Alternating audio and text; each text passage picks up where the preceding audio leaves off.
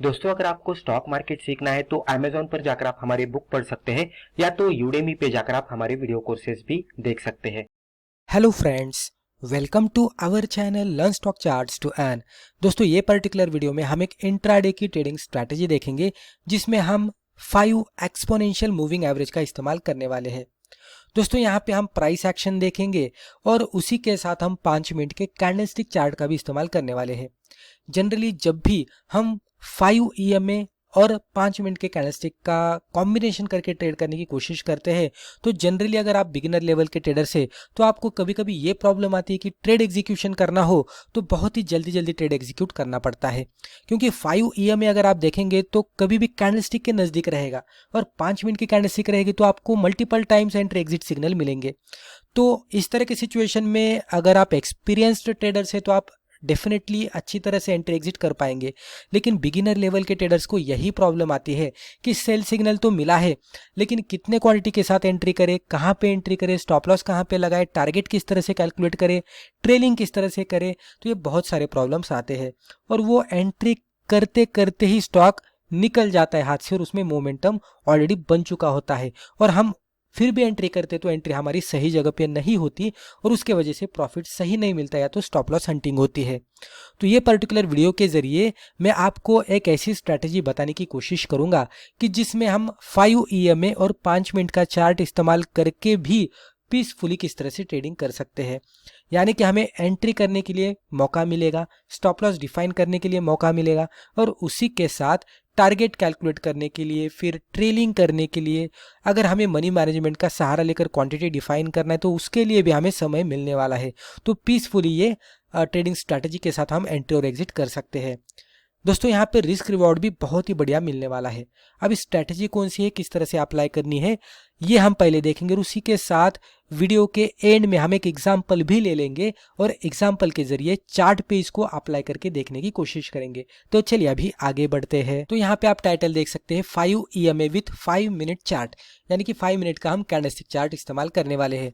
दोस्तों, जनरली जब भी प्राइस चार्ट इस तरह से ट्रेड करता है और प्राइस चार्ट पे जब भी हम 5 EMA ड्रॉ करते हैं तो आपको ये प्राइस चार्ट के नज़दीक इस तरह से ट्रेड करता हुआ दिखेगा। अगर एग्जैक्टली हम 5 EMA के साथ 5 मिनट का चार्ट मिलाकर अगर हम ट्रेडिंग सिग्नल आइडेंटिफाई करने की कोशिश करेंगे तो आपको मल्टीपल ट्रेडिंग सिग्नल्स यहाँ पे मिलते जाएंगे और जितने मल्टीपल सिग्नल्स मिलेंगे उतने मल्टीपल ट्रेड्स होंगे। लेकिन जब भी मल्टीपल ट्रेड्स आपको देखने को मिलते हैं तो डेफिनेटली उसी के साथ फेल्योर रेट भी बढ़ता है, क्योंकि अगर हमें इतने टाइम फ्रेम में अगर 10 बार ट्रेडिंग सिग्नल मिल रहा है तो यहाँ पे ये 6-7 बार हमारा सिग्नल फेल्योर होने की संभावना रहती है और स्टॉप लॉस हिट होने की संभावना रहती है। ये किसमें प्रॉब्लम रहता है। अगर मान लीजिए हम प्राइस चार्ट इस्तेमाल करते हैं और कंसिडर कीजिए कि 50 EMA का मूविंग एवरेज इस्तेमाल करते हैं तो इस तरह के सिचुएशन में जब भी प्राइस चार्ट 50 EMA पे आएगा हम बाय या सेल करने का सोचेंगे तो इतने ड्यूरेशन में आपको 1 या 2 बार आपका प्राइस चार्ट 50 EMA पे आता हुआ दिखेगा और आपका एक ही ट्रेड होगा या तो मल्टीपल, अगर हम सिचुएशन देखेंगे तो 2 ट्रेड होंगे और उसमें आप फिर प्रॉफिट या लॉस बुक करने की कोशिश करेंगे, यानी कि मल्टीपल ट्रेड्स यहाँ पे नहीं होने वाली क्योंकि 50 EMA है। लेकिन जब हम 5 EMA का इस्तेमाल करते हैं तो डेफिनेटली मल्टीपल टाइम्स हमें बाइंग और सेलिंग सिग्नल मिलते हैं और उसके वजह से हम कभी कभी कंफ्यूज भी होते हैं कि यहाँ पे ट्रेड फेल्योर हुआ था 5 EMA पे तो यहाँ पे सक्सेसफुल होगा या नहीं। यहाँ पे हम एंट्री छोड़ते हैं और एग्जैक्टली यहाँ पे देखने को मिलता है कि ट्रेड सक्सेसफुल हुआ और हमने यहाँ पे मिस किया, फिर ये एंट्री लेते हैं, यहाँ पे एग्जैक्टली स्टॉप लॉस हिट होता है, तो पूरी तरह से कंफ्यूज करके छोड़ता है। तो इससे बचने के लिए हम 5 EMA और 5 मिनट के कैंडलस्टिक चार्ट के साथ एक यहाँ पे फर्दर हम ऐड करने वाले हैं, एक पॉइंट ऐड करने वाले हैं जिसको देखकर हम फिर से 5 EMA और 5 मिनट की स्ट्रैटेजी अप्लाई करेंगे तो डेफिनेटली सक्सेस रेट बढ़ेगा। किस तरह से करना है मैं आपको बता देता हूं। हमें पहले चार्ट पे रेजिस्टेंस आइडेंटिफाई करना है, प्रीवियस रेजिस्टेंस, कि जहां पे स्टॉक ट्रेड करते करते ऊपर एक लेवल पे गया था और वहां से स्टॉक में गिरावट आती हुई दिखी थी।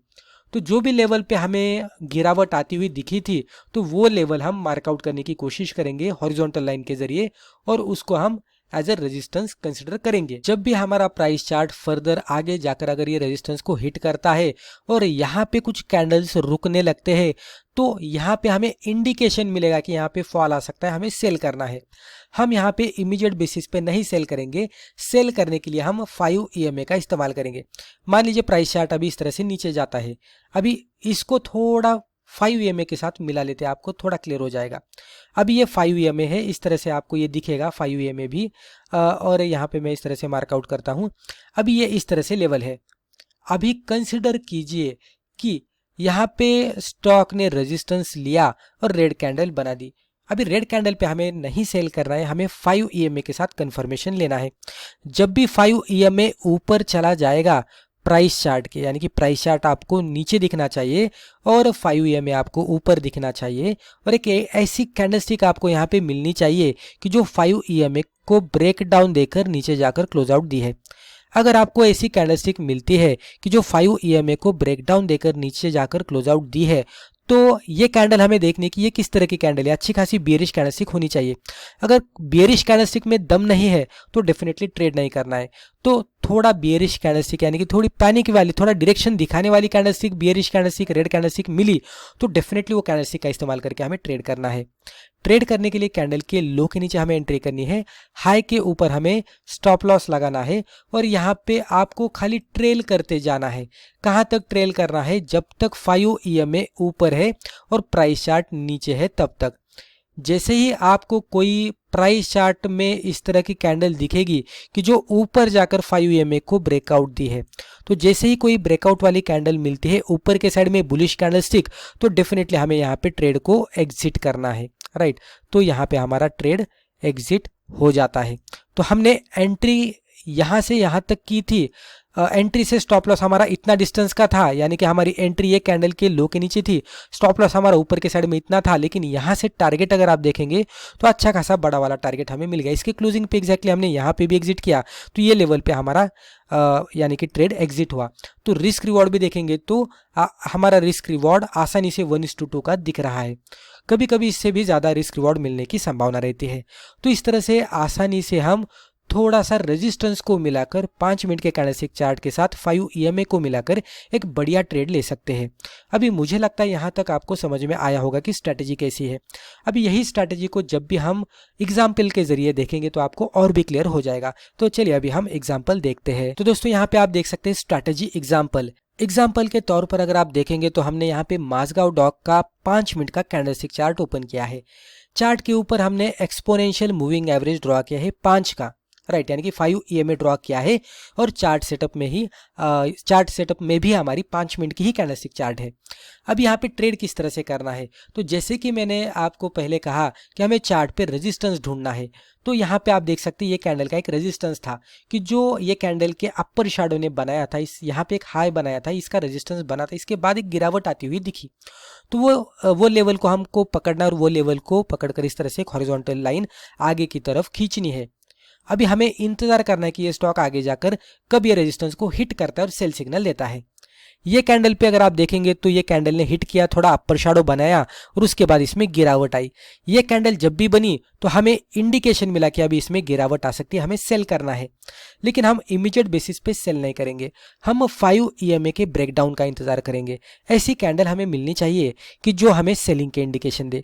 उसके बाद देखेंगे तो ये कैंडल रेड कैंडल बनी, लेकिन 5 EMA के ऊपर ही थी। उसके बाद ये भी एक रेड कैंडल बनी, थोड़ा पैनिक कैंडल थी, लेकिन इसका क्लोजिंग अगर आप देखेंगे तो लगभग 5 EMA के ऊपर हुआ, ज्यादा नीचे जाकर नहीं हुआ। तो थोड़ा सा नीचे जाकर हुआ तो बेटर होता है, तो इसलिए ये भी कैंडल को हम छोड़ेंगे। ये बुलिश कैंडल थी, ग्रीन कैंडल पे ट्रेड नहीं लेना है, इवन ये थोड़ा सा ऊपर जाकर भी क्लोज आउट दी थी। उसके बाद यहाँ पे और एक रेड कैंडल बनी, ये कैंडल अगर आप देखेंगे तो 5 EMA के थोड़ा नीचे जाकर भी क्लोज आउट दी, लेकिन यहाँ पे लोअर विक अगर आप देखेंगे तो लोअर शैडो अगर आप देखेंगे तो थोड़ी बड़ी थी, यानी कि 5 मिनट के चार्ट पे यहाँ पे सिनेरियो क्या दिख रहा है कि इसमें गिरावट आई लेकिन रिकवरी भी हुई थी। तो इस तरह के कैंडल पे नहीं ट्रेड करेंगे और उसके बाद देखेंगे तो फाइनली ये कैंडल पे हमें एक अच्छा खासा ट्रेड सेटअप मिल गया। ये कैंडल अगर आप देखेंगे तो अपर साइड में इसमें एक अपर शैडो आपको दिख रही है, जो कि ऊपर जाने के बाद इसमें गिरावट आई, यानी कि ऊपर के साइड में ये सस्टेन नहीं हुई, इसमें फॉल आने लगा। और इसकी क्लोजिंग अगर आप देखेंगे ये कैंडल की तो आपको दिखेगा कि लगभग लो के नजदीकी इसकी क्लोजिंग हुई है। तो जब भी इस तरह की कैंडल मिलती है कि पैनिक सिचुएशन बताती है कि जिसकी क्लोजिंग लो के नज़दीक हुई है, और इवन ये कैंडल अगर आप देखेंगे तो 5 EMA के नीचे जाकर क्लोज आउट दी है, यानी कि 5 मिनट की कैंडलस्टिक चार्ट जो कि क्लोजिंग बेसिस पे अगर हम देखेंगे तो लो के लगभग नज़दीक या तो लो पे ही क्लोज हुई है और 5 EMA के नीचे जाकर क्लोज आउट दी है। और उसके बाद अगर आप यहाँ पे पहला कंफर्मेशन कहाँ से मिला था, ये रेजिस्टेंस के नीचे, राइट, ये रेजिस्टेंस लेकर ये नीचे आकर ये सिनेरियो बना है, तो ये कैंडल पे हमें कंफर्मेशन मिला, तो ये कैंडल हमारी कंफर्मेशन कैंडल है, ये कैंडल पे हमें ट्रेड लेना है। अभी मैं इसको निकाल देता हूँ, ट्रेड किस तरह से लेना है ये हम यहाँ पे डिस्कस करते हैं। ट्रेड लेने के लिए जैसे ये कैंडल हमें मिलती है तो अभी ये कैंडल के लो के नीचे जाने के बाद हमें इस पे एंट्री करनी है, थोड़ा सा बफर लगाकर ये कैंडल के हाई के ऊपर हमें स्टॉप लॉस लगाना है और सिंपली हमें इसमें ट्रेल करते जाना है जब तक कोई ग्रीन कैंडल ये 5 EMA के ऊपर जाकर क्लोज आउट नहीं देती, तब तक हमें इसमें होल्ड करना है, इसके हिसाब से हमें ट्रेलिंग करनी है। उसके बाद की कैंडल अगर आप देखेंगे तो 5 EMA के नीचे जाकर क्लोज आउट दी, यहाँ पे ग्रीन कैंडल बनी लेकिन यहाँ पे आप देख सकते हैं 5 EMA के नीचे ही क्लोज आउट दी है। ये रेड कैंडल है 5 EMA के नीचे है, ये भी कैंडल नीचे है, ये कैंडल नीचे है, ये भी कैंडल नीचे है, फिर ये कैंडल देख सकते हैं। इस तरह से आप मल्टीपल कैंडल्स देख सकते हैं जो कि कंटिन्यूअस बेसिस पे 5 EMA के नीचे क्लोज आउट दे रहे थे। हर एक कैंडल को हमने देखा, ये पूरे कैंडल्स 5 EMA के नीचे क्लोज आउट दे रहे थे। फाइनली ये कैंडल हमें ऐसी मिली कि जो 5 EMA के ऊपर जाकर क्लोज आउट दी। जैसे ही इस तरह की कोई कैंडल मिलती है कि जो 5 मिनट के ऊपर जाकर क्लोज आउट देती है, क्लोजिंग बेसिस बहुत ही इंपॉर्टेंट है क्योंकि आपको इस तरह से अपर शैडो बहुत बार मिलेंगे, इसीलिए क्लोजिंग इंपॉर्टेंट है। तो जब भी इस तरह की क्लोजिंग हमें मिलती है तो हमें ये लेवल पे एग्जिट करना है इमीडिएट बेसिस पे। तो आप यहां से देख सकते हैं कि ये लेवल से हमारा स्टॉप लॉस खाली इतना ही था, लेकिन एंट्री से टारगेट देखेंगे तो लगभग हमें इतना मिला, यानी कि ये लेवल जहां तक है यहाँ पे हमने एग्जिट किया तो लगभग ये लेवल तक हमारा टारगेट था। तो रिस्क रिवॉर्ड के हिसाब से देखेंगे तो लगभग हमें मोर देन 1:3 का यहाँ पे रिस्क रिवॉर्ड मिल गया।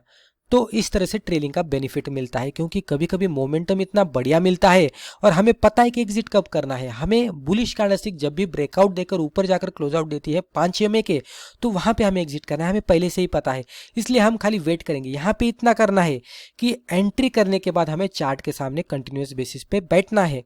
हमें हर एक 5 मिनट की क्लोजिंग देखने की किस तरह से हो रही है। जब तक 5 मिनट की क्लोजिंग 5 EMA के नीचे होती हुई दिख रही है, हमें कुछ भी नहीं करना है, हमें खाली वेट एंड वॉच करना है। जैसे ही कोई कैंडल हमें ऐसी मिलती है कि जो 5 मिनट के ऊपर जाकर क्लोज आउट दे रही है, बुलिश कैंडलस्टिक है, जैसे ही ये सिनेरियो मिलता है तो इमीडिएट बेसिस पे अगली कैंडल जैसे ही बनेगी हमें एग्जिट करना है इमीडिएट बेसिस पे। कभी कभी ये भी सिचुएशन बनती है, यहाँ पे आप देख सकते हैं थोड़ा ऊपर गया और फिर से इसमें गिरावट आई, अगर होल्ड करते तो ज़्यादा प्रॉफिट मिलता, लेकिन यहाँ पे ग्रीड नहीं करनी है, स्ट्रैटेजी को फॉलो करना है। कभी कभी ये रिकवरी देकर बहुत सारा ऊपर जाएगा तो प्रॉफिट भी चला जाएगा, लॉस भी होगा।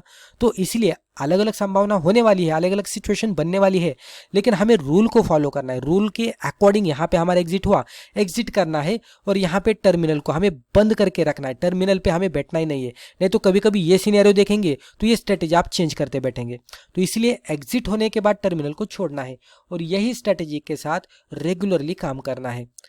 इसके साथ मल्टीपल ट्रेड्स नहीं लेना है। अभी यहाँ पे देखेंगे तो खाली हमने इतने समय में हमें खाली एक ही ट्रेड मिल गया, 5 EMA इस्तेमाल किया है, 5 मिनट के चार्ट पे इस्तेमाल किया है, लेकिन ट्रेड हमें कितने मिले, खाली एक ही ट्रेड मिला और वही ट्रेड को हमने ट्रेल किया और मैक्सिमम प्रॉफिट कमाने की कोशिश की। तो मल्टीपल ट्रेड नहीं लेना है, यहाँ पे खाली 1 या 2 ट्रेड दिन के लेने का हमें सोचना है और उतने ही ट्रेड लेने हैं।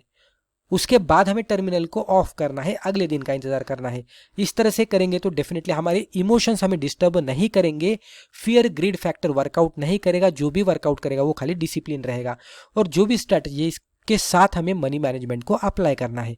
सिंपली इस तरह से करेंगे तो डेफिनेटली बहुत ही बढ़िया एक्यूरेसी मिलने की संभावना रहती है। तो दोस्तों मुझे लगता है रिस्पेक्टिव वीडियो में हमने जो भी डिस्कस किया इससे आपको जरूर फायदा हुआ होगा। Thank you.